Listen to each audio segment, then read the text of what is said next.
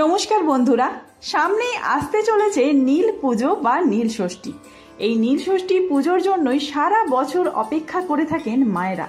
তো চলুন বন্ধুরা, আজকের ভিডিওতে আমরা জেনে নেব 2025 সালে নীল ষষ্ঠী কবে পড়েছে, পঞ্জিকা অনুসারে সঠিক সময়সূচি, নীলের ঘরে বাতি দেওয়ার শুভ সময় কি রয়েছে, নীল ষষ্ঠী ব্রত পালনের উপকরণ, ব্রত পালনের নিয়ম, নীল ষষ্ঠীর পূজা পদ্ধতি ও শিবের পছন্দের ফুল এবং এই দিন কি খাবেন আর কি খাবেন না। তো চলুন বন্ধুরা, দেরি না করে ভিডিওটি শুরু করা যাক। যদি আমার চ্যানেলে নতুন হয়ে থাকেন অবশ্যই চ্যানেলটি সাবস্ক্রাইব করে এবং ভিডিওতে একটি লাইক করে শেষ পর্যন্ত সাথে থাকবেন। আশা করি ভিডিওটি আপনাদের জন্য খুবই হেল্পফুল হবে। ভিডিওটির মূল পর্বে যাওয়ার আগে দেবাদিদেব মহাদেবের যারা ভক্ত রয়েছেন অবশ্যই কমেন্ট বক্সে লিখুন ওম নমঃ শিবায় অথবা হর হর মহাদেব। নীলের ঘরে দিয়ে বাতি, জল খাও গো পুত্রবতী। এই শ্লোক আওড়াতে শোনা যায় নীল ষষ্ঠী উপলক্ষে বাংলার ঘরে ঘরে। তবে প্রচলিত এই শ্লোকে শুধু পুত্রের কথা উল্লেখ থাকলেও মায়েরা পুত্র ও কন্যা উভয় সন্তানের জন্যই এই ব্রত পালন করে থাকেন। এই বছর অর্থাৎ 2025 সালে নীল ষষ্ঠী ব্রত কবে পালিত হবে? ইংরেজির 13ই এপ্রিল 2025, বাংলার 30শে চৈত্র 1431 বঙ্গাব্দে রবিবার। প্রসঙ্গত নীল ষষ্ঠী পুজো সূর্যাস্তের পরে অর্থাৎ সন্ধেবেলায় করা হয়, তবে অনেকে বেলা 12টার পরও পুজো করে থাকেন। লোককথা অনুযায়ী সন্তানের মঙ্গল কামনায় নীল ষষ্ঠী পালন করা হয়, তবে নিঃসন্তান দম্পতিরাও নীল ষষ্ঠীর ব্রত পালন করতে পারেন সন্তান কামনায়।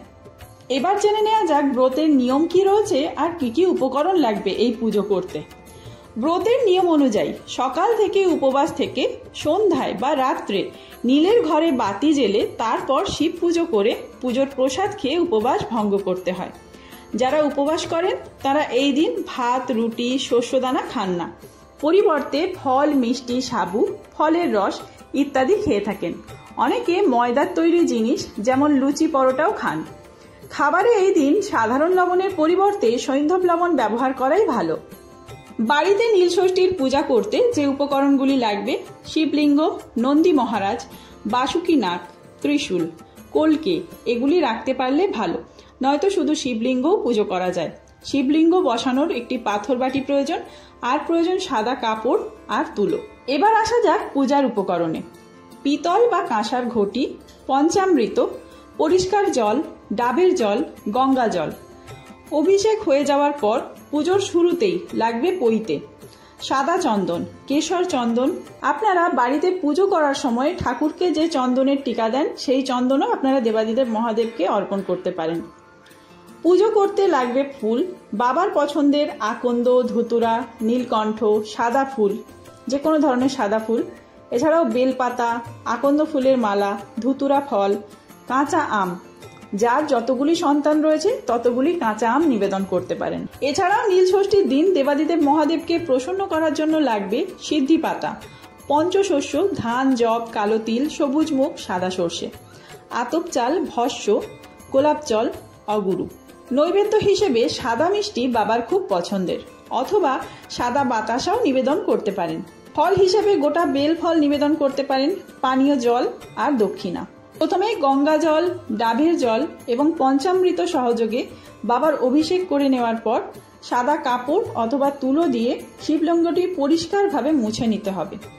এরপরে আপনারা আবার গঙ্গা জল ঢালতে ঢালতে ওম নমঃ শিবায়, ওম নমঃ শিবায়, ওম নমঃ শিবায় এই মন্ত্র 3 বার উচ্চারণ করবেন। এরপরে আপনারা দেবেন বেলপাতা। বেলপাতার মসৃণ দিকটি বাবার মাথায় দিতে হবে, আর লক্ষ্য রাখবেন বেলপাতায় যেন কোনো ফুটো ফাটা না থাকে। এরপরে আপনারা যে সমস্ত ফুল মালা বাবার জন্য এনেছেন দেবাদিদেব মহাদেবকে সেই সমস্ত ফুল মালা ভক্তি সহযোগে অর্পণ করবেন। ফুল মালা বেলপাতা সমস্ত কিছু অর্পণ করা হয়ে গেলে সবশেষে আরতি করতে হবে ধূপ, তেলের অথবা ঘিয়ের প্রদীপ দিয়ে, কর্পূর, ধুনো ও ঘণ্টা সহযোগে।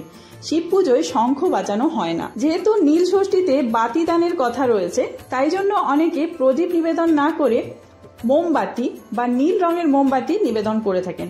এক্ষেত্রে আপনাদের যার যতগুলি সন্তান রয়েছে ততগুলি বাতি নিবেদন করতে হবে। আর বাতি দানের যে শুভ সময় সেটি রয়েছে সন্ধ্যা 6টা 58 মিনিট থেকে শুরু করে 7টা 51 মিনিট পর্যন্ত। এই সময়ের মধ্যে বাতি দানের শুভ সময় রয়েছে। তো বন্ধুরা, ভিডিওটি কেমন লাগলো অবশ্যই কমেন্ট করে জানাবেন, আর কে কোন জায়গা থেকে দেখছেন সেটিও জানাতে ভুলবেন না। খুব তাড়াতাড়ি নীল ষষ্ঠীর পুজো ডিটেলসে আমি করে দেখাবো, সেই ভিডিও আসছে। সেই ভিডিও দেখার জন্য অবশ্যই চ্যানেলটি সাবস্ক্রাইব করে এবং ভিডিওতে একটি লাইক করে সাথে থাকবেন। নতুন ভিডিও খুব তাড়াতাড়ি আসছে। ধন্যবাদ। আর এই ভিডিওটি ভালো লাগলে বন্ধুদের মধ্যে অনেক অনেক বেশি শেয়ার করবেন।